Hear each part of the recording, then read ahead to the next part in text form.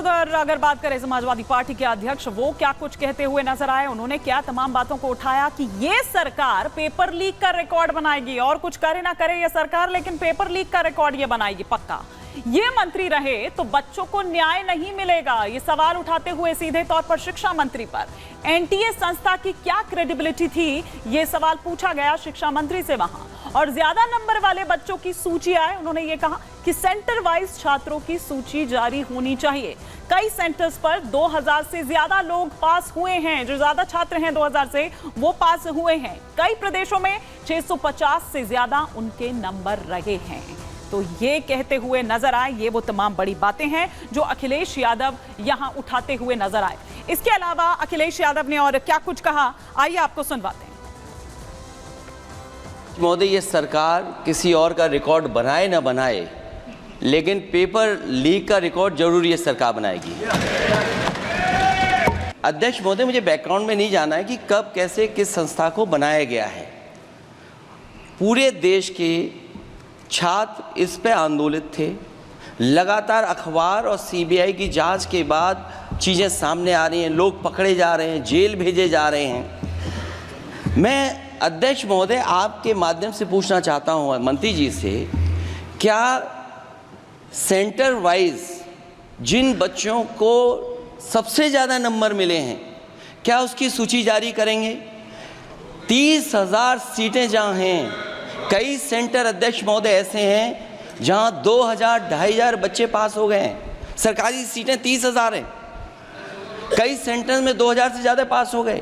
कई प्रदेश के ऐसी जगह है जहां पर कुछ सेंटर से 600 से 650 से ज़्यादा सबसे ज़्यादा नंबर हैं।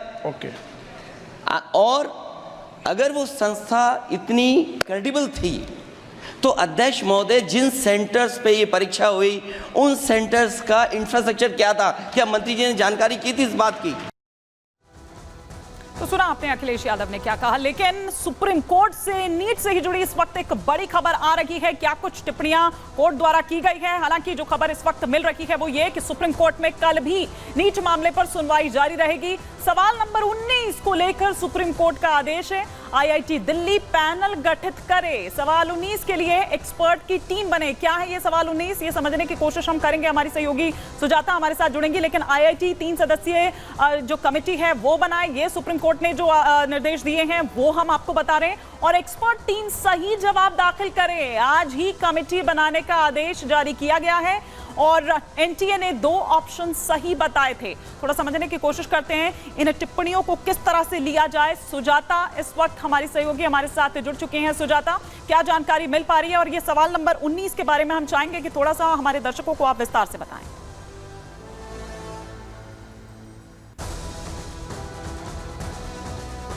सुजाता, क्या आप मुझे सुन पा रही हैं?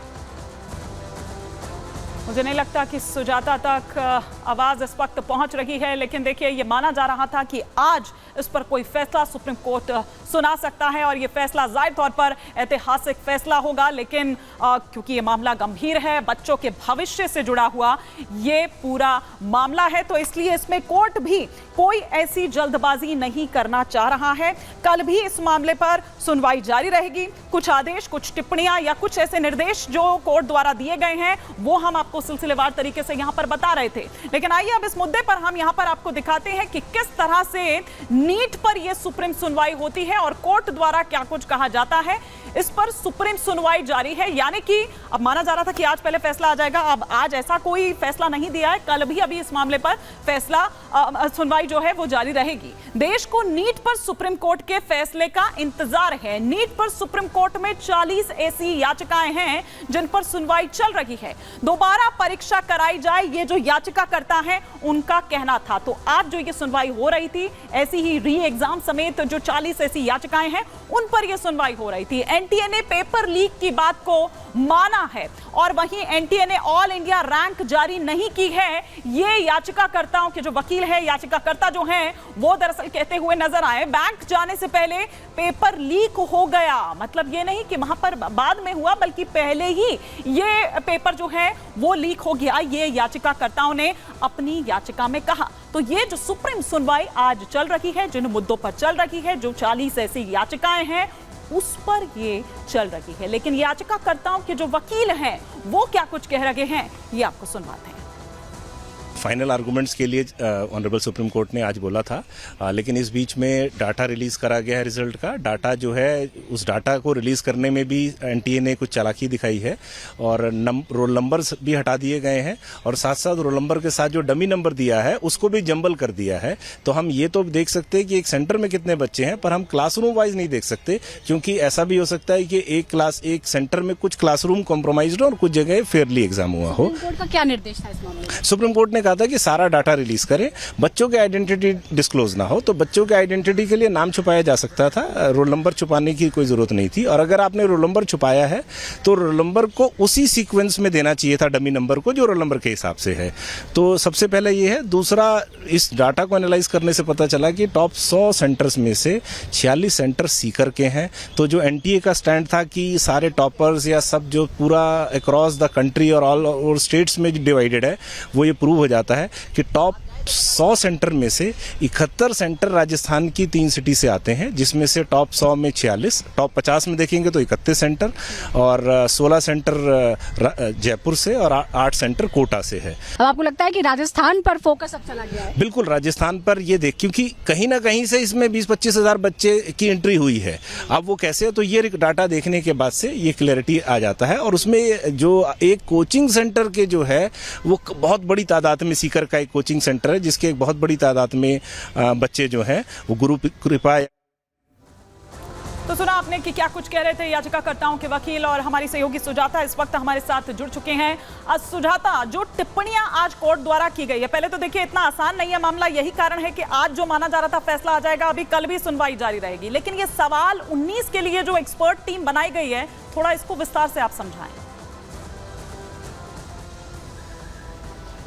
जी, दरअसल देखिए आज चौथी सुनवाई थी। हॉलीडे खत्म होने के बाद 8 तारीख, 12 तारीख, 18 तारीख और आज ये चौथी सुनवाई थी इस पूरे मामले पर। और आज जो पूरा फोकस था कि याचिकाकर्ता ये साबित करे सुप्रीम कोर्ट के सामने कि ये जो समस्या है दरअसल एक सिस्टमेटिक फेलियर है, यानी पूरी तरह से व्यवस्था चरमरा गई है और बड़े पैमाने पर ये गड़बड़ी हुई है और इसीलिए आप दोबारा परीक्षाओं कराने के अलावा कोई विकल्प नहीं है। इसीलिए याचिकाकर्ताओं की तरफ से 3 वकीलों ने आज लंबे समय तक जिरह की और इस दौरान लास्ट में जो एक सवाल आ गया वो था क्वेश्चन पेपर में जो नंबर 19 का सवाल है उसके जवाब, 2 जवाब ठीक थे। और ये बताया जाता है कि दरअसल जो 2019 से पहले की किताबें हैं उसमें कुछ और आंसर दिया गया था, उसके बाद का जो पाठ्यक्रम है उसमें आंसर बदल दिया गया था। और जो छात्र हैं, बहुत सारे छात्रों ने दोनों ही किताबें पढ़ी हुई हैं और उस हिसाब से उन्होंने आंसर दिया और उन दोनों को ही सही मान लिया गया। समस्या यहाँ होती है, सही मान लिया गया। अगर वहां नेगेटिव मार्किंग हो जाती, यानी अगर ए सही है तो बी गलत है, बी अगर गलत होता है तो 4 नंबर कट जाएंगे, यानी अगर 720 किसी के नंबर आए हैं तो वो अपने आप ऑटोमेटिकली 716 हो जाएंगे और टॉपर्स की संख्या जो 67 थी वो घट जाएगी। तो ये सवाल है और उस पैनल को अब गठित किया जा रहा है कि आप बताइए कि इसका सही सवाल जवाब क्या होना चाहिए और उसी जवाब को माना जाएगा। एक सवाल के 2 सही आंसर नहीं हो सकते हैं, ये नहीं चलेगा, ये एडवाइजरी है। दूसरा मुख्य सवाल यही था कि क्या ये सिस्टमैटिक फेलियर है, इसी बात पर पूरा जोर था, क्योंकि एनटीए ये मानता है कि गड़बड़ी हुई है, लेकिन ये बड़े पैमाने पर गड़बड़ी नहीं हुई है कि लाखों छात्रों को दोबारा से ये एग्जाम कराया जाए। बिल्कुल सुजाता, बिल्कुल इस तमाम जानकारी के लिए आपका बहुत शुक्रिया।